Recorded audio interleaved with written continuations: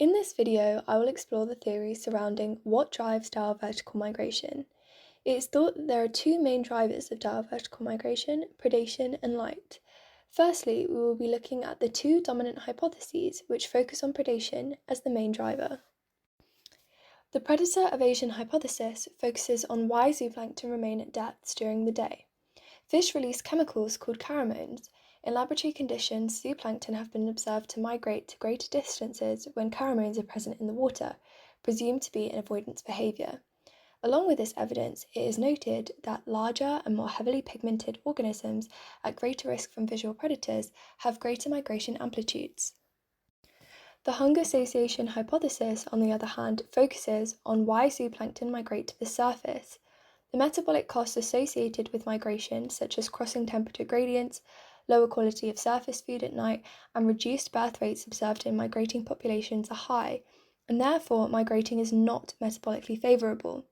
This hypothesis suggests migration only occurs when essential, occurring in populations of hungry zooplankton that must feed at the surface and otherwise do not choose to migrate.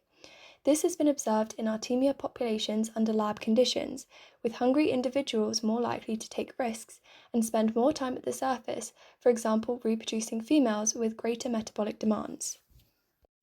The second factor we will look at is light.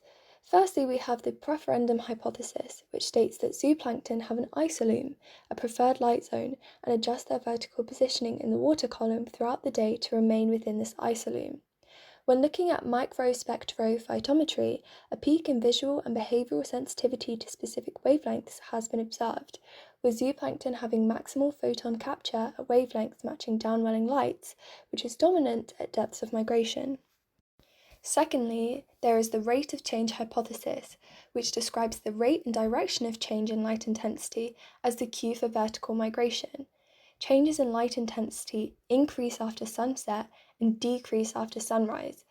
Evidence supporting this is zooplankton's upward velocity being highly correlated with the relative rate of decrease in light intensity in some lab experiments.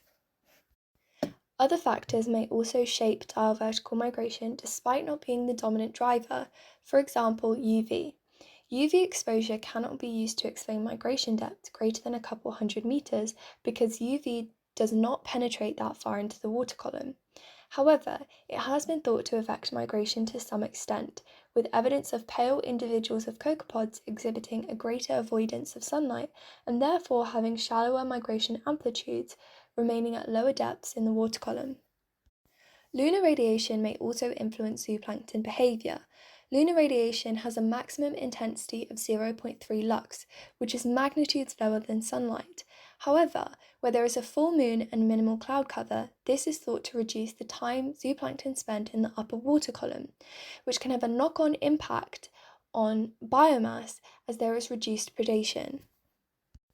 And finally, we have the transparency regulator hypothesis.